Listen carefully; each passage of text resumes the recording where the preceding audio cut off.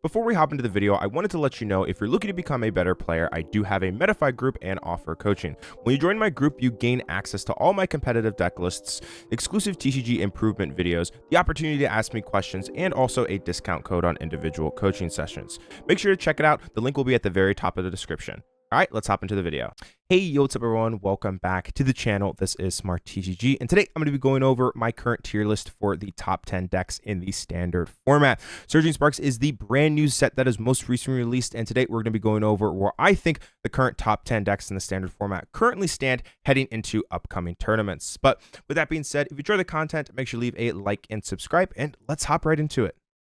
Alrighty, hopping into number 10 here, we have Ceruledge EX. Ceruledge EX is a brand new archetype from Surging Sparks and I actually think has a lot of potential. Ceruledge EX has that attack Abyssal Flames, which deals 30 plus 20 more for each energy you have in the discard pile. So the name of the game with this deck is get tons of energy in the discard pile. You have cards like Radiant Greninja, Squawkabilly, Research, Carmine, Brilliant Blender, and Earthen Vessel to just dump as many energies in the discard pile to be able to power up that Abyssal Flames. One of the nice things about this deck is you can start as an all one prize deck with multiple Charcadets on the board, Radiant Greninja, and potentially Spiritomb. Make them take a one prizer and then go all into two prizes with things like Ceruledge and Pheasantipede when you play against those relatively linear turbo decks like Raging Bolt, making it very, very difficult to lose the prize trade.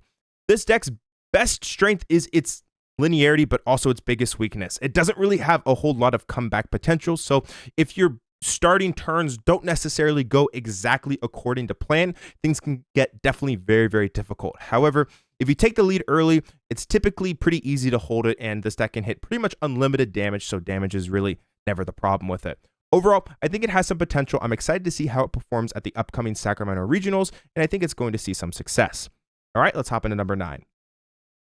Hopping to number 9 here, we have Gholdengo. Now, Gholdengo most recently got top 4 at the Latin American International Championships and just gained Energy Search Pro. Energy Search Pro is a brand new A-Spec card from Surging Sparks, which allows you to get one of any energy color that you have in your deck and put it into your hand, meaning that you'll be able to consistently make it rain for knockouts on the second turn of the game. This is a list that most recently performed quite well in an online tournament, so the deck list will be in the description. Shout out to that player for placing well, because I thought it was a really, really cool list, and Energy Search Pro definitely adds quite a bit to this deck. One of Gholdengo's problems is that sometimes on the second turn of the game, you're not able to hit huge, like numbers to deal with, potentially like that Charizard, but you're able to hit those numbers once you get the energies into the discard pile. It's just about getting those energies in the discard pile. So having access to Energy Search Pro helps you get there. Overall, I think Gholdengo has potential, and I definitely think it's going to show up. Getting the Energy Search Pro is definitely very, very nice. Overall, I think it's a strong deck, and it deserves its spot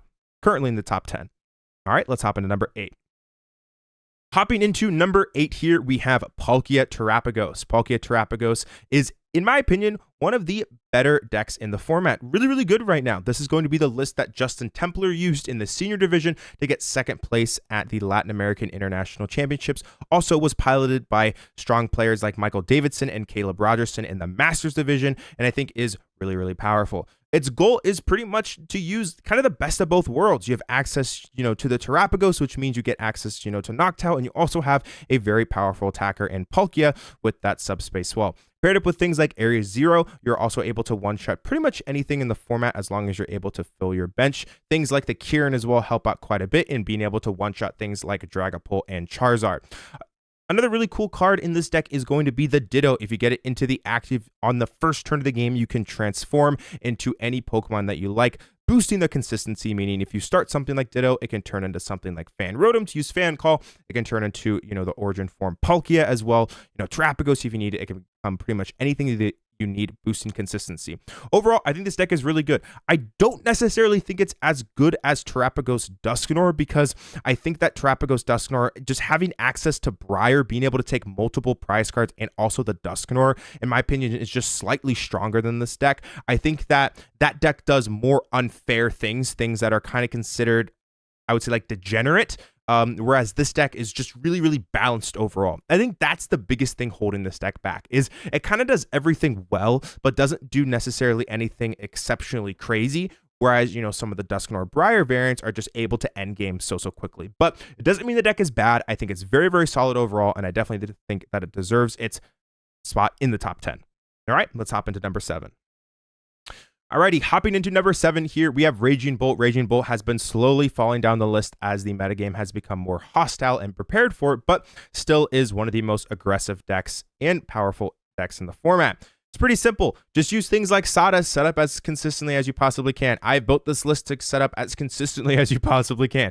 I have 4 Trekking Shoes in the list, 4 Vessel, 4 Nest Ball, 4 Energy Retrieval, 3 of the Pokegear, just trying to max out as much consistency as you possibly can, making sure that you set up every single game. I really like Slitherwing in this format, especially with Pikachu EX beginning to see play. If you go up against a Pikachu EX and you don't have Slitherwing, there is absolutely nothing you can do because you cannot one-shot it in one hit. However, Slitherwing is actually able to deal with it as it hits weakness and on top of it burns it, which goes through Pikachu EX's ability, which means you're able to deal with it quite easily, which swings that matchup in a lot of situations. So having access to Slitherwing is even more important now. If you're considering playing something like Sandy Shocks, I highly recommend playing Slitherwing right now.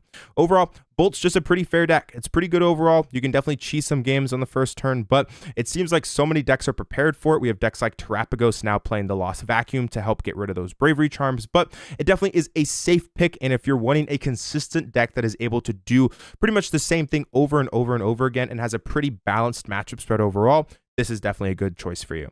All right, let's hop into number 6. Hopping into number 6, we have Lugia. Lugia still is a powerful deck in the format, has been slowly falling down the tier list over the past couple of weeks, but I still think makes a really, really strong deck. It kind of just is a deck that when it gets set up, it's incredibly difficult to beat. When you get turn 2 double Archeops plus potentially Cinccino or Iron Hands, your deck can feel pretty unbeatable.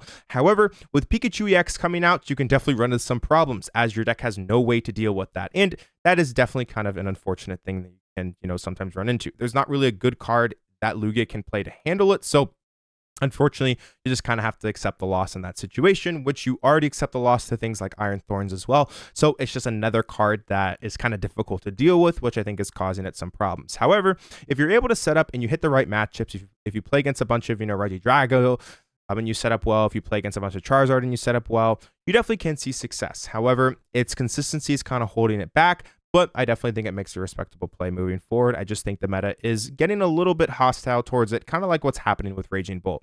Overall, Lugia, still a solid deck, and I definitely would recommend playing it if it's a deck that you're comfortable with and you don't really know anything else like that you should be playing and you don't feel super comfortable with anything else. Just stick to comfort. Really, really important. Lugia, still a good deck. All right, hopping into number 5 here, we have Lost Zone Box Pikachu. Now, this is kind of a new archetype as well. It is pretty much just standard Lost Zone Toolbox. However, has access to that Pikachu EX with that Resolute Heart ability, which reads, if this Pokemon would be knocked out by an attack, it is not knocked out and instead has 10 HP remaining, which means it's able to survive the majority of attacks in the standard format, unless they use something like Canceling Cologne, which is really, really important. Being able to swing for 300 turn after turn with that Topaz Bolt is just so powerful. Helps out against some of its most difficult matchups, things like Charizard. Charizard is a matchup which can be kind of difficult, but you can chase after that Pidgeot, one-shot Pidgeot, and then they potentially don't have a way to deal with it. Chasing after things, for example, like Regidrago, being able to wipe the Regidrago really quickly off the board is really important. Just being able to deal with a Regidrago at any point in the game is so, so critical. That's something that Lost Zone Toolbox has been missing, is that fighting chance against the Regidrago matchup. That is what's been holding this deck back for so long. Now having that shot, being able to Topaz Bolt, potentially use a Roxanne as well, take down that Regidrago and say, all right, you can't even one-shot me back, is potentially game-changing. So I'm not 100% certain that this deck's consistency is high enough. However, when it gets going, it's really, really powerful, and it's a deck that I currently am monitoring as a deck that I think is going to potentially see a lot of success moving forward. Lost Zone Pikachu is real. I think Lost Zone is back. If it can just beat some of those more difficult matchups with the Pikachu, I think it has all the potential in the world. All right, let's hop into number 4. Alrighty, hopping to number 4 here, we have Charizard EX. Charizard EX, still a very, very powerful deck and is borderline considered underrated right now. People just don't talk about it the way that they used to, because there's so many other archetypes right now in the format that are powerful. But I think Charizard is incredibly underrated. We saw Jackson Ford most recently place top 8 at the Latin American International Championships, and this is going to be the list that Gabriel Fernandez used to win in the senior division at the Latin American International Championships. Charizard actually has a pretty decent matchup spread right now, with Regidrago being the most played deck and Raging Bolt. You actually do pretty good against both of those decks. I think that if you're able to get Radiant Charizard Defiance Band out against Regidrago, you're completely fine. Same thing also applies versus the Raging Bolt matchup, which I already think is a pretty favorable matchup. Things like Gardevoir. Gardevoir is a deck that has been gaining a lot of popularity recently, piloted by notable players like Henry Chow, and that matchup, in my opinion, is pretty good. You got things like Dusknoir. You hit weakness on multiple of their Pokemon. You also have access to that Lost Vacuum as well, which is really nice. So you just have a lot going for you in that matchup, and I think as that deck continues to rise in popularity, so will Charizard's success rate. I also think that Charizard is very good at punishing a lot of the new decks and anyone that, kind of falls under that new toy syndrome and plays potentially a more, rogue archetype from Surging Sparks. I think just Charizard in general, paired up with things like Dusknoir and Briar, are very good at playing against the unexpected. So that's another thing that I think Charizard has going for it. Charizard's still great, one of the best decks in the format, and in my opinion is going to see a lot of success moving forward. I still believe in this deck. I know it's not seen the play that it used to, but I think it's much better right now than people give it credit for.